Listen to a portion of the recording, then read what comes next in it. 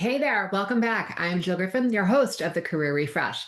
And today we are talking about failure because I want to tell you that failure used to wreck me, right? It didn't matter if it was like a messed up marketing campaign or any of the times that I got laid off. It was a spiral of anxiety, little bit of obsessive thinking, and basically arguing with reality like I actually had a chance of winning the argument. All of this was really unhelpful. Sometimes I would freeze. Sometimes I wanted to like kind of find a cashmere blanket and an ottoman and just like be really like soft and gentle with myself, but refusing to move forward. And because it felt really scary, like I don't want to have this experience again. I don't want to be in this situation again. Look, I spent most of my career in, tech, health, ed tech, health tech, digital marketing, hospitality. These are all extremely fast-moving industries.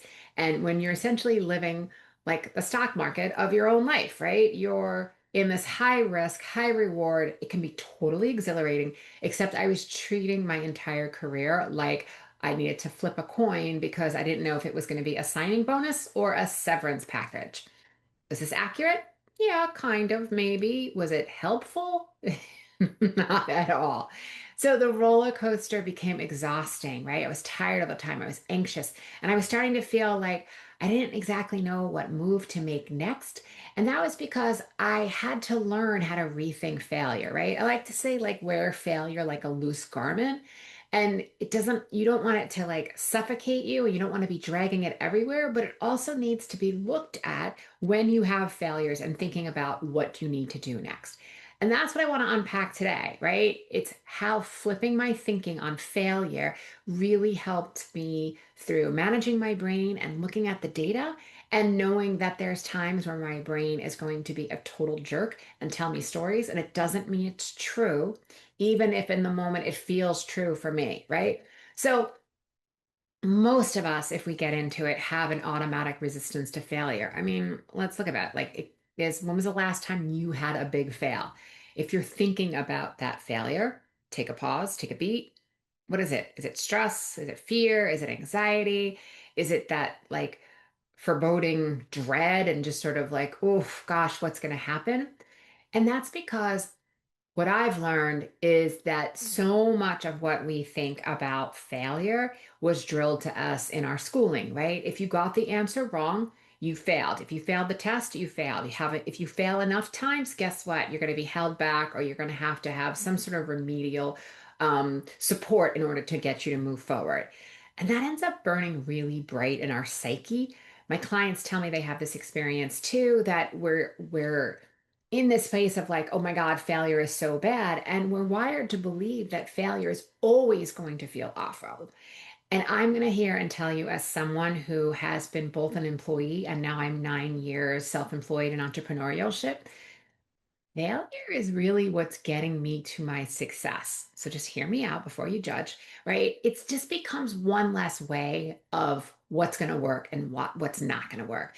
And the faster you learn to riff on failure, the faster you're going to start seeing results and seeing different results and seeing success. So if you quit or freeze, there is no success because there's no learning.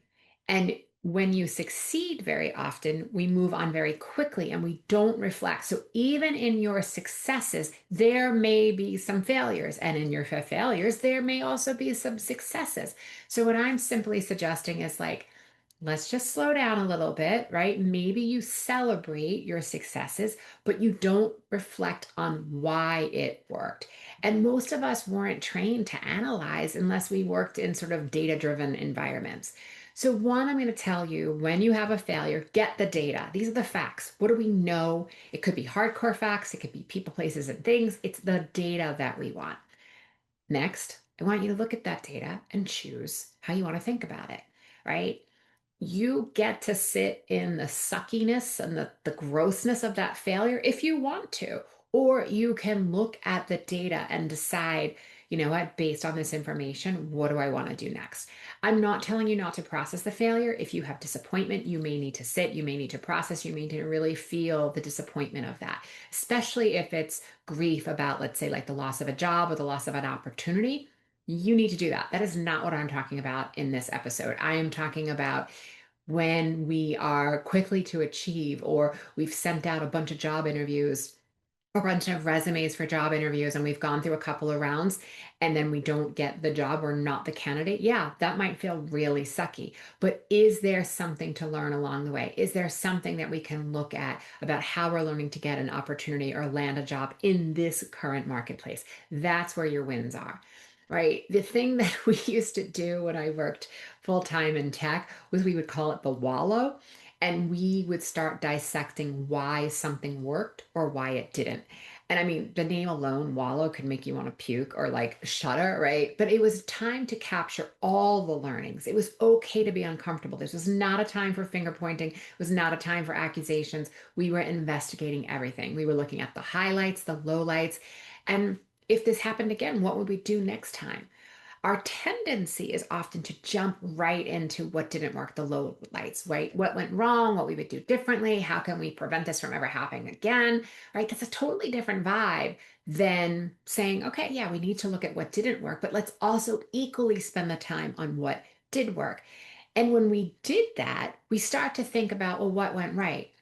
What process worked? So again, even in the fails, there are wins. And how did you create that win? Getting clear on that, starting to dig in the data and knowing that the data is just data, it's just facts.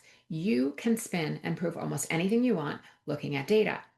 But I want you to look at the data, know that you're going to have some thoughts about the data.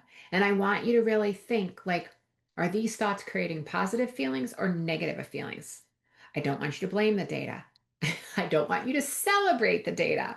I just want you to look at your thoughts around the data. And then that's where you get to decide intentionally with a lens of confidence and empowerment what you are going to do next. Right? This is the kind of work that I often suggest you do, like as you're getting ready in the morning. If there was something that you need to process from the day before, really thinking through, like, I'm not going to blame the data. I'm not going to celebrate the data. I'm going to look at the data and decide intentionally, what do I need to do today? Who needs to be on my A game? What's happening this week? What do I need to think through in the meeting that's coming up, in that job interview, in that conversation? How am I going to use this data to move myself forward? Look, our thoughts about the data are going to create our feelings. And as I've said before, if you're a longtime listener, you know that everything we do in life is because of a feeling we want or because of a feeling we want to avoid. There are no exceptions. So success comes from continually examining our thoughts, looking at our feelings, and then deciding if this is serving me or not and what I want to do next. It really is simple. And I'm telling you, I fail a lot, probably more than I win, but I keep at it. And I would say 9 years post my corporate job, my wins are big. I still have failures. I still have regular failures, but I keep looking at the data and then I make a decision and I get back out there and I try something again. So I'd offer you, what would it feel like if you separated your feelings on failure from the facts and you just looked at the data? Would it give you relief or calm? Would you feel curious? A thought that I would offer you to think through is, how can you put your thoughts around the data into the future tense? I'm willing to learn from my mistakes. There might be successes inside this failure, and I'm willing to take a look. If I don't look now, I'll never know, right? I don't want you to hide from the data. So many clients tell me that after a failure, they either hide, right? They don't want to look at it. They don't want to look at what's in their bank account, right? It's that type of equivalent. Or what they also might do is they start reading and watching and studying and trying to figure out what to do. And yeah, again, I want you to evaluate, but I want you also to check if you're hiding.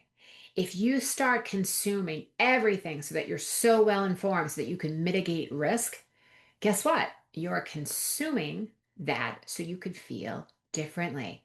You want to feel confident or self assured? That reading is not going to make you feel confident or self assured. It's your thoughts about what you're reading that's going to make you feel confident or self assured. How are you going to put that reading, which you could argue is data, right? How are you going to put that into your actions and what you're going to do next?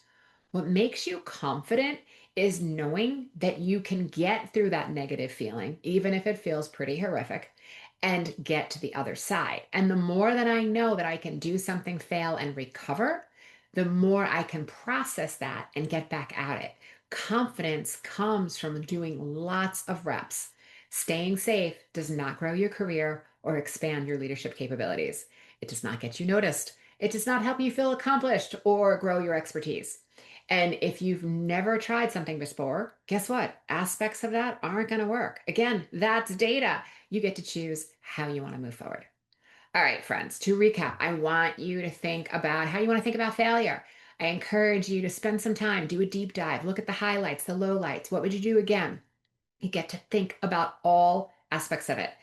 Don't keep yourself small and play safe by consuming so many articles and research papers about what I should do differently, right?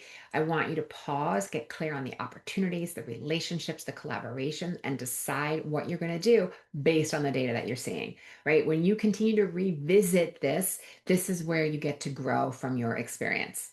All right. I want to hear from you. Email me at hello@jillgriffincoaching.com and tell me what you think. Tell me how you are managing failure.